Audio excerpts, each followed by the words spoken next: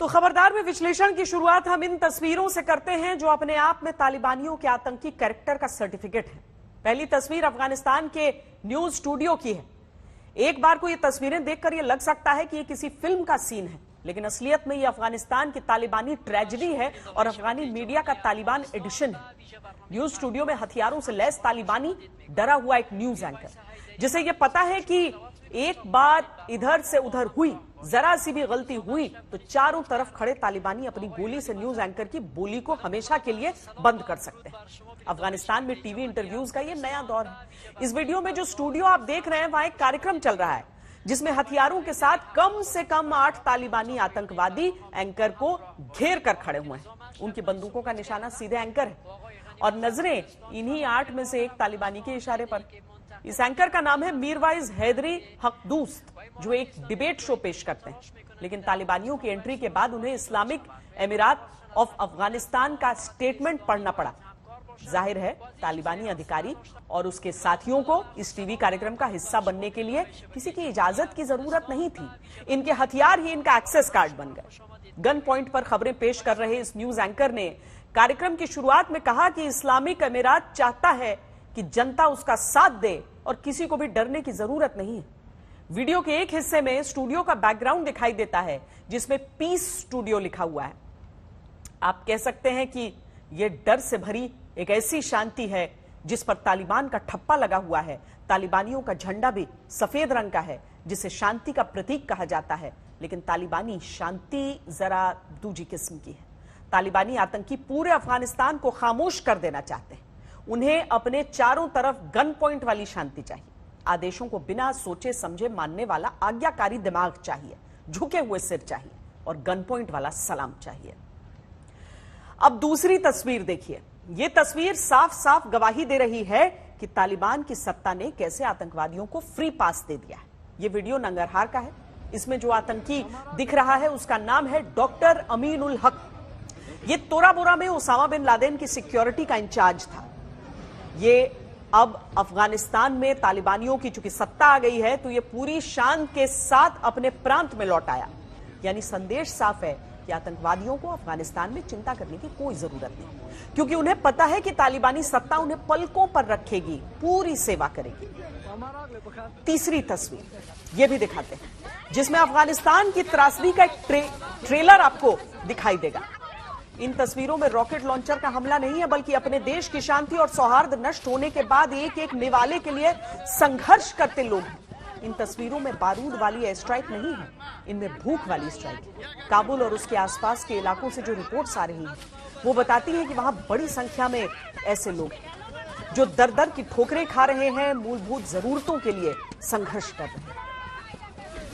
ये 3 तस्वीरें एक तरह से तालिबानी सत्ता का कैरेक्टर सर्टिफिकेट है। ये तस्वीरें बताती हैं कि तालिबान को मीडिया की आजादी पसंद नहीं है, उसे अभिव्यक्ति की स्वतंत्रता नहीं है, बल्कि गन पॉइंट वाली अभिव्यक्ति ही अच्छी लगती है। उसे स्टूडियो में जायज सवाल पूछने वाला एंकर पसंद नहीं है, उसे खुलेआम अपना स्वागत करवाते आतंकवादियों के वीडियो अच्छे लगते हैं और वो आतंकी हमलों की जिम्मेदारी भले ही लेता रहा हो, लेकिन पानी की बोतल और भोजन के लिए संघर्ष करते लोगों के प्रति तालिबान की जिम्मेदारी शून्य है।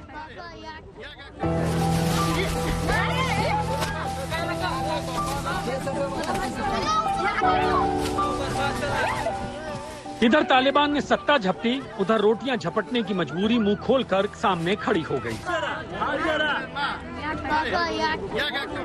ये सिर्फ तस्वीरें नहीं, अफगानिस्तान की तकदीर है, जहां हथियार वाली लड़ाई तो खत्म हो गई है, लेकिन भूख से युद्ध शुरू हो चुका है।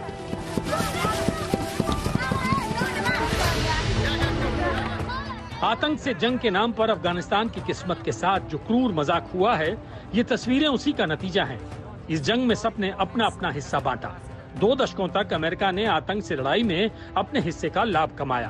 तालिबान के हिस्से में सत्ता की मलाई आई और अफगानी जनता के हिस्से में भूख और गरीबी आई है। रोटियों की ये लूट अफगानिस्तान की फूटी किस्मत की मुनादी है। देखिए, रोटियों का ये रण इस एहसास को भी मारे दे रहा है कि यहाँ कुछ छोटे छोटे बच्चे हैं। इन मासूमों के बढ़े हुए हाथ पर भी हमले हो रहे हैं। ये पिता किसी तरह खाने के कुछ पैकेट हासिल करने में कामयाब हुआ है, लेकिन सवाल है कि आखिर कब तक। क्योंकि अफगानिस्तान को अब उस अंधेरे में धकेल दिया गया है जहां एक तरफ ये भूख की आग है तो दूसरी तरफ अराजकता की। रविवार की शाम अफगानिस्तान का एक बार फिर आतंक से सामना हुआ। हामिद करजई हवाई अड्डे के करीब एक रिहायशी इलाके में अमेरिका ने ड्रोन दागा। टारगेट पर था वो आत्मघाती दस्ता जो हामिद करजई हवाई अड्डे को दहलाने निकला था। अमेरिका का दावा है कि इस जलती हुई कार की तरह आतंकी साजिश को जलाकर खाक कर दिया गया है। President will stop at nothing to make ISIS-K pay for the deaths of those American service members at the Kabul airport. He will ensure that we get the people responsible for this. अमेरिकी intelligence agency का दावा है कि ये नई साजिश भी ISIS Khorasan की ही थी, जिसको अफगानिस्तान से जाने के बाद भी खत्म करने की अमेरिका कस्में खा रहा है। और आज अमेरिका ने रॉकेट से हमले की एक और साजिश ध्वस्त कर दी। आतंकियों ने 5 रॉकेट दागे जिसे अमेरिकी डिफेंस सिस्टम ने हवा में ही मार गिराया।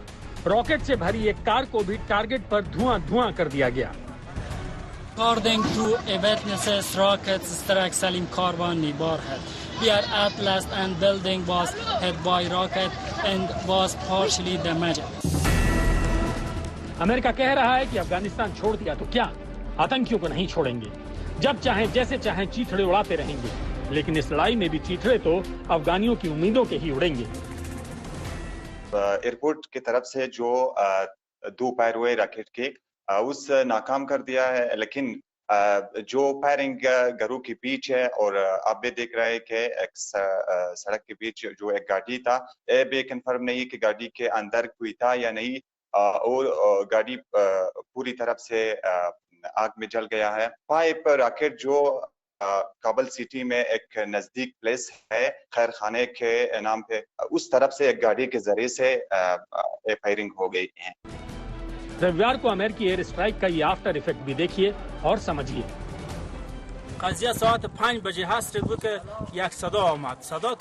शाम के 5 बजे थे। हमने जोर की 2 आवाजें सुनी।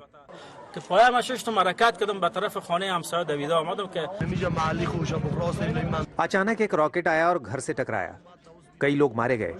हम बहुत डर गए।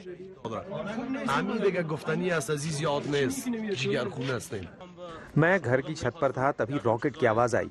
सब चिल्लाते हुए बाहर आ गए। दमकल की गाड़ियां नहीं आ पाई। लोगों ने पानी से आग बुझाई। यहाँ कोई सुरक्षा नहीं है। हम हमारे घर में ऐसा नहीं चाहते। अमेरिका अपने पीछे डामाडोल अफगानिस्तान छोड़े जा रहा है। आतंक तो मिटा नहीं, उल्टे आतंक राज की वापसी हो गई। और आतंक के नाम पर अमेरिकी दखल भी कहां रुकने वाला है। आज तक ब्यूरो।